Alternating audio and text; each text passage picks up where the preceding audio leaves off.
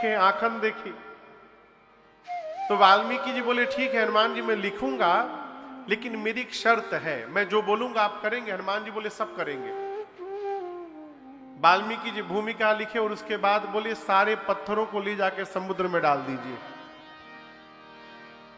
हनुमान जी वचनबद्ध थे, ले जाकर समुद्र में डाल दिए। उदास मन से राम जी के शरण में जाकर पूरी बात बताए। तब राम जी बोले घबराइए मत हनुमान जी, यही वाल्मीकि ऋषि कलयुग में गोस्वामी तुलसीदास जी के रूप में अवतार लेंगे और आपकी जिस कथा को इन्होंने समुद्र में डलवाया है उसी कथा को तुलसीदास जी पुनः लिखेंगे और आगे चलकर उसको पूरा समाज उस कथा का गायन करेगा, जिसका परिणाम हम और आप जयपुर में बैठकर गा रहे हैं। और मानस जी की सहजता का दर्शन करिए, मानस जी कितने सहज हैं। हंसी तो तब आती है ना, एक व्यक्ति से मैं पूछा आप मानस जी पढ़ते हैं? बोले महाराज संस्कृत में पढ़ नहीं पाता। अब कहा, बोले कभी जीवन में खोल के देखे ही नहीं है वो कि मानस जी को गोस्वामी जी ने संस्कृत में लिखा है कि गांव की भाषा में लिखा है? मानस जी की सहजता का दर्शन करिए। हम दावे के साथ कह सकते हैं कि धरती पर ऐसा कोई जीव नहीं होगा जिसको मानस जी की कम से कम 1-2 चौपाई याद ना हो। सनातनी ऐसा कोई नहीं पूरे धरती पर, केवल भारत नहीं, कहीं भी रहता हो भारत के बाहर, एक चौपाई तो याद होगी। कुछ नहीं, अंगूठा लगाने वाला है उसको भी एक चौपाई याद होगी, 1 से 2 चौपाई कम से कम, अधिक कितना भी हो सकता है। आपसे पूछे वाल्मीकि रामायण का श्लोक सुनाइए, शायद कोई सुना पावे। है कितने लोग को याद है वाल्मीकि रामायण का एक श्लोक की कम से कम? हाथ उठाइए। मैया को याद है एक श्लोक, कम से कम याद होगा। एक श्लोक तो हमको भी याद है। शिव पुराण के श्लोक कितने लोग को याद है? कोई हाथ नहीं उठा रहा, हमको भी नहीं याद है। गीता जी का श्लोक कितने लोग को याद है? हाँ उठा, हमको भी 1-2 श्लोक याद है। श्री रामचरित मानस की एक चौपाई कितने लोग को याद है? एक चौपाई। और जो नहीं उठाए उनको नहीं याद है का?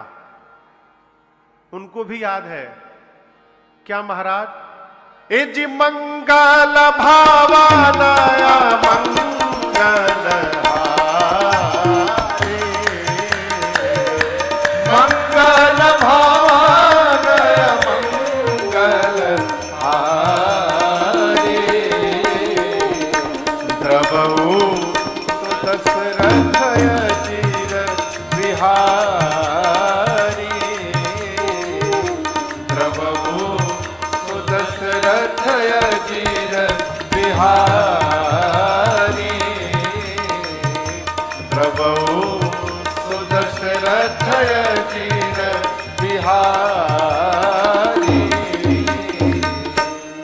ये चौपाई कितने लोग को याद थी?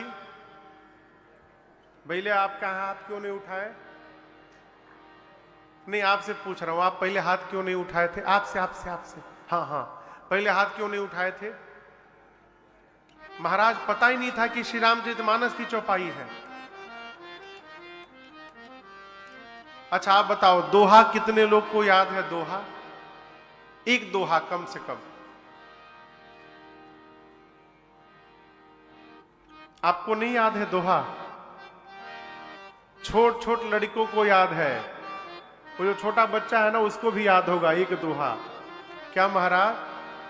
श्री गुरु चरण सरोज रज निज मन मुकुर सुधार, बरनउँ रघुवर बिमल जस जो दायक फल छाय। ये कितने लोग को याद था? ये अयोध्या कांड का प्रथम दोहा है। महाराज हम तो हनुमान चालीसा में पढ़े इसको, यहां से उठा के वहां रखा गया है। अच्छा छोड़ो, छंद कितने लोग को याद है? एक छंद आपको राजेश भैया, एक छंद नहीं याद है? भय प्रगट कृपाला दीन दयाला कौशल्या हितकारी हर्षित महतारी मुनि मनहारी अद्भुत रूप निहारी लोचन अभिरामा तन घन श्यामा निज आयुध भुज चारी भूषण बनमाला विशाला शोभा सिंधु खरारी। ये एक छंद हुआ, याद था कि नहीं याद था? याद नहीं था? भाई प्रगट कृपाला याद नहीं है, तो वही तो गा रहा हूं। ये मानस जी की सहजता है। देखिए, मैं आपसे सीधी बात कहूं, मैं कोई विद्वान नहीं हूं, मैं कोई ज्ञानी हूं। ये तो गोस्वामी जी ने हम जैसे मूर्खों के लिए श्री रामचरितमानस जी को अवधी भाषा में लिख दिया है। जो कम पढ़े लिखे हैं वो भी गा के अपना जीवन गुजार कर सके। मानस जी ना होती तो हमारा क्या होता, भगवान मालिक है। आपको बताऊं, गोस्वामी तुलसीदास जी संस्कृत में लिखना प्रारंभ किए थे। किस भाषा में? संस्कृत। देव भाषा संस्कृत में। पहले दिन भर लिखे, रात को सोए, सवेरे जब जगे तो कल जो लिखे थे सब वो मिट गया अपने आप रात भर में भोजपत्र पर। गोस्वामी जी बोले कैसे मिट गया? फिर दिन भर लिखे, रात को सोए, फिर मिट गया। ऐसे चला 7 दिन। दिन भर लिखते थे, रात को अपने आप मिट जाए। 7वें दिन रात्रि में गोस्वामी तुलसीदास जी को भगवान शंकर और मां पार्वती जी ने स्वप्न में दर्शन दिया। और भगवान शंकर ने आदेश दिया, गोस्वामी जी आप श्री रामचरितमानस जी को संस्कृत में न लिखिए। क्यों? आने वाले समय में संस्कृत पढ़ना समझना सबके बस की बात रहने वाली नहीं है। आप इसको गांव की भाषा में लिखिए। तो बाबा की आज्ञा मानकर गोस्वामी तुलसीदास जी ने श्री रामचरितमानस जी को अवधी में लिखना प्रारंभ किया। और कितना सहज बनाया, मैं आपको उदाहरण देता हूं। इस मानस में एक ऋषि है जिनका नाम है याज्ञवल्क्य। क्या नाम है? याज्ञवल्क्य। आज प्रसंग हो सकता आज आवे। उनका नाम है याज्ञवल्क्य। याज्ञवल्क्य लिखने जाएंगे तो कैसे लिखा जाएगा पता है? वर्तनी बोलिए, बोलिए, पूछ रहा हूं, बोलिए। अंग्रेजी मीडियम से पढ़े क्या आप? कैसे लिखा जाएगा बोलिए? भुला गए? हाँ, या बड़े आका डंडा, बड़े आका डंडा नहीं, आ की मात्रा। ये डंडा का होता है?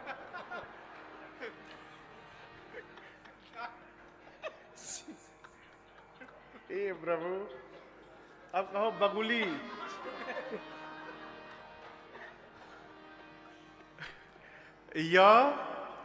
य में आ की मात्रा या, ज्ञ, व, आधा ल, आधा क, य। ये शुद्ध वर्तनी है, याज्ञवल्क्य। अब इतना टेढ़ा नाम है, गोस्वामी जी सोचे इतना टेढ़ा नाम है, जो कम पढ़ा लिखा है तो बोल ही नहीं पाएगा, तो लोग नाम बिगाड़ देंगे। देखो, लोग नाम बहुत ज्यादा बिगाड़त है। अब विशेष करके हमारे पूर्वांचल में, हमारे गांव में एक बिटिया थी, उसका नाम था ऐश्वर्या। ऐश्वर्या, लेकिन गांव का कोई आदमी उसको ऐश्वर्या नहीं बुलाता था।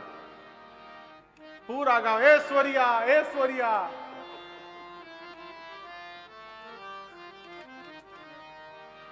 तो गोस्वामी जी सोचे लोग बिगाड़े इससे पहले हम ही बिगाड़ दे। तो याज्ञवल्क्य जी को गोस्वामी जी ने क्या लिखा? जागबलिक। याज्ञवल्क्य क्या बन गए? जागबलिक मुनि परम विवेकी। इतना सहज बनाया गोस्वामी तुलसीदास जी ने। इसलिए आज पूरे घर में आप जहां भी जाइए, आपको श्री रामचंद्र जी पहुंच गए इस घटना के बाद सीधे कैलाश। क्यों सुना रहा हूं, उस पॉइंट पे पहुंच रहा हूं। अच्छा, अब मैं यदि आपके पास आऊं पांडाल में, तो आप क्या मानेंगे? यही मानेंगे ना कि महाराज जी आए हैं तो राम कथा सुनाएंगे। भागवत मुझे आता नहीं गाना, केवल राम कथा गाता हूं। तो आप यही सुनेंगे ना कि महाराज जी आए हैं तो अवश्य राम कथा ही गाएंगे। मानेंगे ना? कहिए। बोल नहीं रहे हैं आप लोग? हाँ हाँ, बीच में बोला करिए।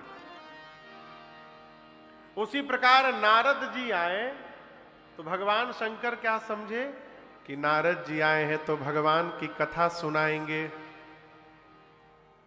और नारद जी आज राम कथा नहीं सुनाए, नारद जी आज काम कथा सुनाए, अपनी कथा सुनाए। और नारद जी की कथा सुनते भगवान शंकर के सर में दर्द हो गया। मां बोले ठीक है बंद करिए हो गया, ठीक है रुकिए रुकिए। नारद जी बोले क्या आपको इंटरेस्ट नहीं लग रहा है, जग रहा है इसमें, मन नहीं लग रहा है? नहीं, बहुत मन लगा, ठीक है बंद करिए। एक बात बोले नारद जी, हमको तो सुना दिया, भगवान से ना सुनाइएगा कभी। इस प्रसंग को बाद में हम स्मरण करेंगे। क्यों सुनाया मैंने? जीव जब अपने बारे में बताने लगता है तो सुनने वाले के सर में पीड़ा हो जाती है, और जीव जब भगवान के विषय में बताता है तो चढ़ी हुई जीवन की सारी पीड़ा उसी समय समाप्त हो जाती है। ये कथा और व्यथा का अंतर है। कथा केवल भगवान की। अब आगे की बात, महाराज समझ में न आवे तो क्या किया जाए? बैठिए। कथा समझ में न आवे उसके बाद भी बैठिए। क्यों? गोस्वामी तुलसीदास जी कहते हैं, देखिए गोस्वामी जी कह रहे हैं कि मैं जब अपने गुरु जी के पास गया ना, गोस्वामी तुलसीदास जी के गुरुदेव भगवान थे प्रातः स्मरणीय पूज्य श्री नरहरिया दास जी महाराज। क्या नाम था? नरहरिया दास। पूज्य श्री नरहरिया दास जी महाराज, गोस्वामी तुलसीदास जी के सदगुरुदेव भगवान। गोस्वामी जी कहते कि मैंने सबसे पहले ये कथा अपने गुरु जी के मुख से सुनी। मैं पुनि निज गुरु सन सुनी, कथा सुसूख कर खेत, समुझी नहीं तसी बालपन, तब अति रहे गोस्वामी जी कहते हैं मैं बालपन में, बचपन में सबसे पहले इस कथा को प्रातः स्मरणीय पूज्यपाद गुरुदेव भगवान के श्रीमुख से श्रवण किया। उस समय मेरे समझ में कुछ आया नहीं, मैं अचेतन अवस्था में था। गुरु जी सुना दिए। अच्छा, आप किसी को कोई बात सुनाओ और सामने वाला समझे नहीं तो आप कितने दिन सुनाइएगा? राजेश भैया, राजेश नाम है ना आपका? अच्छा, जो प्रवीण भैया, हाँ राजेश भैया कहाँ है? उधर बैठे हैं। हम डिस्टर्ब हो गए थे। प्रवीण भैया, किसी को कोई बात आप समझावे, सामने वाले के समझ में न आवे, आप कितनी बार समझाइएगा? एक समझाना अलग है, ये समझाना अलग है। एक समझाना हुआ कोई गलत मार्ग पे जा रहा हो तो उसको रोकना, एक वो समझाना है। और एक समझाना हुआ किसी विषय को लेकर उसको बताना, लेकिन वो अभी अबोध है इसलिए उसको स्वीकार नहीं कर पा रहा। आप समझ रहे हैं? दोनों में अंतर है। तो आप किसी को कोई बात बता रहे हैं, वो समझ नहीं पा रहा है, कितनी बार समझाएंगे? कहिए, 2 बार, 5 बार? राजेश जी, आप 5 बार में हारी मान लेंगे? गोस्वामी तुलसीदास जी को उनके गुरु जी ने कथा सुनाई। गोस्वामी जी समझे नहीं, लेकिन गुरु जी ने हारी नहीं मानी। गुरु जी सुनाते रहे बार बार। गोस्वामी जी कहते हैं, तदपि कही गुर, कितनी बार? 12 ही बार, 12 ही बार, बार बार। और वो बार बार सुनते सुनते गोस्वामी जी कहते हैं, समुझी परी कछु मति अनुसारा। गोस्वामी जी कहते हैं, जितनी मेरी मति है, बुद्धि है, गुरु जी बार बार सुनाए तो मुझे थोड़ा सा समझ में आया।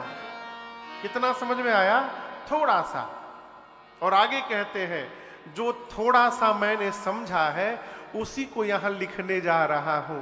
अब आप कल्पना करिए, गोस्वामी जी थोड़ा समझे थे तो ये लिख दिए। यदि थोड़ा ज्यादा समझ जाते तो न जाने का लिख डालते हैं। अभी हम लोग सुबह चर्चा कर रहे थे ना कि कौन कह रहा था, शायद राजेश भैया कह रहे थे कि कौन कह रहा था कि दूसरी सबसे बड़ी कंपनी है, सबसे अधिक प्रॉपर्टी है भारत में इंडियन रेलवे के पास। आप ही कह रहे थे। मैंने पढ़ा है कि इंडियन रेलवे एक ऐसी कंपनी है जिसके पास वर्ल्ड में सबसे अधिक एम्प्लॉय है। मैंने कहीं पढ़ा है, हो सकता है आप कोई और आगे निकल गया हो, लेकिन वो जिसने भी सर्वे किया है गलत किया है। दुनिया की सबसे बड़ी कंपनी का नाम है श्री रामचरितमानस प्राइवेट लिमिटेड। इससे बड़ी कोई कंपनी नहीं है वो है? जितने वर्कर इस कंपनी में काम कर रहे हैं आप उसकी कल्पना नहीं कर सकते। इसको छापने वाले भी इसी कंपनी के वर्कर हैं, पढ़ने वाले भी इसी कंपनी के वर्कर हैं, सुनने वाले भी इसी कंपनी के वर्कर हैं। ये पंडाल लगाने वाले हेमंत जी कहां बैठे हैं? वो भी इसी कंपनी के वर्कर हैं। जहां से लाइट आया है, साउंड, कैमरा, टीवी, सब इस कंपनी के वर्कर है। सबकी पदवी अलग अलग है, सब सहयोग में लखे हैं। श्री रामचरितमानस, गोस्वामी जी कहते हैं, जितना मैंने समझा थोड़ा सा, उसी को मैं भाषा बध करबे मैं सोई, मोरे मन प्रबोध। गोस्वामी जी कहते हैं, मैं उसी को लिखने जा रहा हूं। ये प्रसंग कहता है, बारंबार कथा समझ में कम आवे, उसके बाद भी बार बार सुनने का प्रयास करिए। क्यों महाराज? देखिए, कौन सी बात कब जीवन पर प्रभाव डाल दे हम आप नहीं जानते। एक महात्मा थे रामदास, भारत के बड़े अद्भुत महात्मा हुए। उस समय पाकिस्तान का भाग भी भारत में ही था। अपने गांव में घर से निकलकर झोला लेकर सब्जी लेने जा रहे बाजार सुबह सुबह, तो पगडंडी के बगल में एक झोपड़ी में एक मां अपने बेटे को जगा रही थी। बेटे का नाम भी राम था। मां कह रही थी घर के अंदर, राम जग जा बेटा, सवेरा हो गया है, कब तक सोएगा? अरे अब तो जग जा राम। इनका नाम भी राम था। राम राम सुने तो खड़े हो गए। घर के भीतर मां जगा रही है बेटे को, राम जग जा सवेरा हो गया। वो जगा कि नहीं जगा भगवान जाने, ये खड़े खड़े जग गए। और ऐसा वैराग्य चढ़ा कि उसी समय घर से निकले निकले रह गए, वही रामदास बने। कौन सी बात जीवन पर कब प्रभाव डाल दे, इसलिए बार बार सुनने का प्रयास करिए। गोस्वामी तुलसीदास जी ने इस ग्रंथ का नामकरण किया श्री रामचरितमानस। क्यों? गोस्वामी जी कहते हैं, जो कथा मैं लिखने जा रहा हूं, इस कथा की रचना सबसे पहले भगवान शंकर ने की। रची महेश निज मानस राखा पाए सुसमय शिवासन भाखा। गोस्वामी जी कहते हैं इस कथा की रचना सबसे पहले भगवान शंकर ने की। पहले लोग डायरी में लिखते थे, डायरी में रखते थे लिखकर। समय बदला, फ्लॉपी में, फ्लॉपी जानते हैं फ्लॉपी? फ्लॉपी कंप्यूटर में पहले उसके मदरबोर्ड में फ्लॉपी लगता था, फ्लॉपी में रखना प्रारंभ किए। उसके बाद और विकास हुआ, फिर किस में रखे? सीडी में, फिर डीवीडी में, उसके बाद मेमोरी कार्ड में, पेन ड्राइव में, यूएसबी पॉड वाले में, फिर मेमोरी चिप में रखना शुरू किए। अब क्लाउड में रखते हैं। कहां रखते हैं? सही बोल रहा हूं ना? अब सब कुछ क्लाउड में रहता है। एक आदमी बोला महाराज ये क्लाउड का सिस्टम बहुत गलत है। हमने पूछा क्यों? बोले मान लीजिए महाराज हम अपना फोटो क्लाउड में डाल दिए, अब वो क्लाउड कल जयपुर से उड़ते उड़ते यदि दिल्ली तक पहुंच गया तो बताइए हमारा फोटो हमको वापस कैसे मिलेगा? हम बोले जब इतना डर है तो डलवे क्यों करोगे क्लाउड में, घर में रखो है?